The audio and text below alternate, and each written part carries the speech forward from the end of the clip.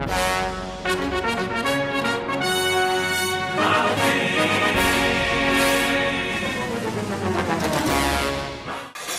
chers amis, un petit complément concernant les prescriptions que l'on vous a adressées avant la fête de Pessah.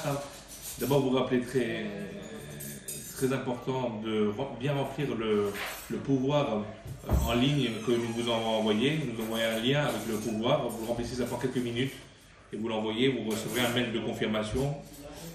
Vous rappelez également, et ça c'est quelque chose, une mitzvah qui est fondamentale, qui se doit d'être rappelée et rappelée. Vous savez que chaque année, en cette veille de Pessah, j'ai l'habitude de faire un appel à la synagogue concernant la collecte des fonds nécessaires pour ce qu'on appelle Kimha d'Episra, c'est-à-dire pour permettre de fournir le nécessaire pour faire les fêtes dignement de Pessah à toutes les personnes qui n'en ont pas les moyens, les nécessiteux de la communauté. Kimha d'Episra, notamment la farine de Pessah. Donc cet appel n'a pas pu être fait à la synagogue, malheureusement, mais par contre ça fait déjà quelques envois où on a stipulé très clairement que l'opération a été en place grâce à l'investissement des membres du Madad Basseter et notamment de nos amis Jacques Boisiz et Albert Atlan qui s'occupent d'attribuer à tous les nécessiteux de la communauté les fonds nécessaires pour acheter ce qu'il faut pour les fêtes de Pessah. Donc vous pouvez vous acquitter de cette mitzvah de Kimcha d'Episra dès aujourd'hui sur le site de la communauté, qui a par PayPal, vous avez ou bien par virement, ou bien cas exceptionnel par chèque, sauf qu'on n'a pas accès au chèque en ce moment. Donc voilà, les deux premières possibilités sont à privilégier. Donc, Tiskou la mitzvah, soyez bénis d'avoir associé le pauvre à la mitzvah de Pessah, comme on dit au début de la Haggadah, Kol dirfin yete veyechol, que quiconque a faim vienne et s'assoie. Donc vous accomplir cette mitzvah de Kimcha d'Episra avant la fête de Pessah. Également vous rappelez que donc, cette année, c'est 2 jours de fête, jeudi, vendredi, suivi de Shabbat. Et qu'il y a une permission de pouvoir cuisiner le vendredi, le 2e jour de fête, en vue du Shabbat, de préparer pour le Shabbat, à la condition que l'on ait fait au préalable ce qu'on appelle le Eruv Tavshilin. C'est-à-dire que mercredi, avant l'entrée de la fête, on prépare, vous mettez une matzah et un œuf bouilli, une matzah et un œuf bouilli dans une assiette, et vous mettez, et vous prononcez les paroles suivantes, que ce Eruv que vous avez préparé, à savoir cet œuf bouilli et cette matzah, nous permettront de cuisiner de Yom Tov à Shabbat, c'est-à-dire vendredi, de pouvoir préparer, à partir d'une flamme existante bien sûr, tout le nécessaire pour le Shabbat, et donc déposer les choses sur la plata juste avant l'entrée du Shabbat, donc vendredi. Donc c'est ce qu'on appelle le Eruv Tavshilin, donc de bien le mettre en place mercredi avant la fête, une matzah et un œuf bouilli. Vous rappelez également que le premier jour de Pessah, jeudi, dans le Moussaf, on fera le Tikkun Natal, c'est-à-dire la prière pour la rosée. On arrête de dire Mashivawa ou Morida Geshem, mais on dit Moridatal. Donc à partir du Moussaf de jeudi. Vous rappelez également que jeudi soir, 2e jour de Pessah, c'est la supputation de l'Omer. Donc juste avant le Seder, on fera donc le Seder qui est à 9h-5, 20h55. Eh bien, on fera la bénédiction de l'Omer et on dira Ayom Yom Echad la Omer. Aujourd'hui, c'est le premier jour de l'Omer. Et ensuite, on enchaînera sur le Seder de Pessah.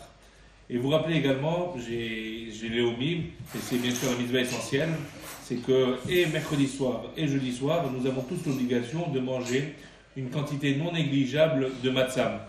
Non négligeable de matzah, ça veut dire à peu près le volume d'une main. Donc c'est un bon morceau de matzah pour accomplir la mitzvah à la chilat matzah, de la consommation de la matzah. Les autres jours de Pessah, tant qu'on a écarté le chametz, on ne consomme pas le chametz, on n'a pas l'obligation non plus de manger de la matzah tous les jours de la fête. Vous ne pouvez pas manger de matzah et faire un Pessah kasher, ça veut dire loin du chametz et du levain. Mais par contre, les 2 premiers soirs de Pessah, c'est une obligation de consommer la matzah.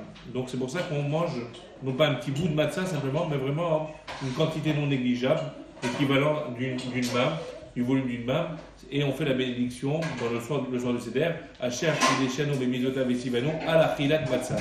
tous les autres jours de Pessah, quand on mange la matzah, on fait une seule bénédiction, c'est un Motzi Lechem Min Haaretz. Cette bénédiction de Al-Achilat Matzah, elle ne vaut que pour le soir du Seder. Les autres jours de la fête, la consommation de la matzah est accompagnée de la bénédiction traditionnelle du pain, à Motzi Lechem Min Haaretz, et c'est tout, et rien d'autre. N'oubliez pas effectivement le récit de la Haggadah.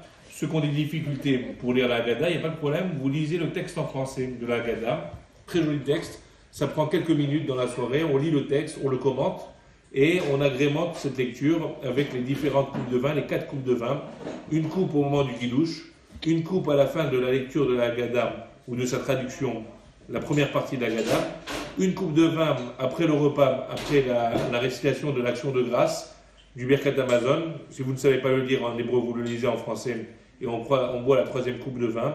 Et enfin, la 4e coupe de vin, tout à la fin, puisque, pour rappel, le Seder ne se termine pas avec le Birkat Hamazon et la fin du repas, mais il y a la 2e partie de la Haggadah, ce qu'on appelle le Hallel, donc la récitation du Hallel, en français si vous ne pouvez pas le lire en hébreu, en français, et à l'issue de la lecture du Hallel, la 4e coupe de vin, et de cette manière on a accompli un Seder comme il se doit.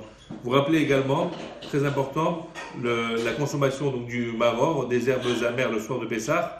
Vous prendrez soit de la laitue à iceberg qui est garantie sans bestiole l'hiver, soit des endives.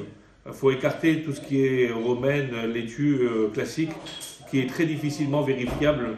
Et donc c'est dommage donc, d'utiliser un végétal qui soit problématique au niveau de la halakha par rapport aux bestioles et aux vers qu'il pourrait y avoir donc, soit de la laitue à iceberg, soit des endives. Ça c'est pour le.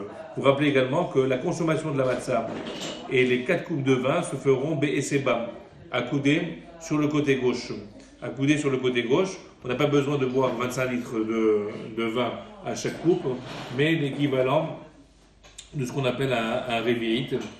L'équivalent de ce qu'on appelle un révi'it, ça veut dire grosso modo quelques centilitres quelques centilitres de vin ou de jus de raisin, ce qu'on appelle à peu près 8,6 centilitres de vin ou de jus de raisin accoudés sur le côté gauche. Voilà grosso modo l'ensemble des directives de Pessah. Ne tardons pas trop cette année. Il faut faire ce qu'il faut, mais bien se reposer également parce que il ne faut pas non plus trop forcer en ces temps difficiles pour notre santé, mais faire ce qu'il faut. Donc commençons le Seder, ça veut dire le Kiddush à la tombée de la nuit, à peu près aux alentours de 9h-5, le Kiddush, la récitation de la Haggadah, le repas, le Birkat Hamazon, le Hallel, et la dernière coupe de vin qui viendra clôturer ce Seder. J'oubliais, avant le Birkat Hamazon, n'oubliez pas également la petite consommation de matzah qui s'appelle l'afikoman. Le dessert, avant le Birkat Hamazon, ce sera l'afikoman. Après tout le repas, la dernière chose qu'on consommera, c'est un bout de matzah non négligeable, l'afikomen, en souvenir de l'agneau pascal qui se mangeait tout à la fin du repas. Voilà l'ensemble des directives. Je vous souhaite encore une fois de très très bonnes fêtes de Pessah, que Dieu vous bénisse et vous protège et qu'il apporte une bonne santé, une guérison, une réfoua shlema à tous les malades de la communauté. Soyez bénis. Je termine en guise de conclusion. J'ai eu un appel il y a quelques instants d'un fidèle de la communauté qui a suggéré que éventuellement pour le premier et deuxième jour de Pessah, nous puissions prier la Hamida de Shacharit à la même heure. Faute de pouvoir tous nous réunir dans un même endroit, que nous puissions tous prier exactement à la même heure. Donc j'ai suggéré l'horaire de 10h. 10h jeudi matin et 10h vendredi matin. Je ne parle pas le début de la prière, je parle de la Hamida de Shacharit. Donc commencer la prière vers 9h30 pour que à 10h, donc jeudi matin, premier jour de Pessah, et à 10h vendredi matin, deuxième jour de Pessah, nous commencions tous la Hamida à l'unisson pour invoquer la miséricorde d'Akadosh Baruch Hu, et que ainsi le mérite de cette fila collective, de cette prière collective, elle monte directement au ciel et vous apporte plein de lumière et de délivrance en cette fête de la délivrance et de la libération du Ham Israël. Que Dieu vous protège et Pessah Kasher et Sameach, très très bonne fête de Pessah dans la cacheroute et dans la joie. Amen.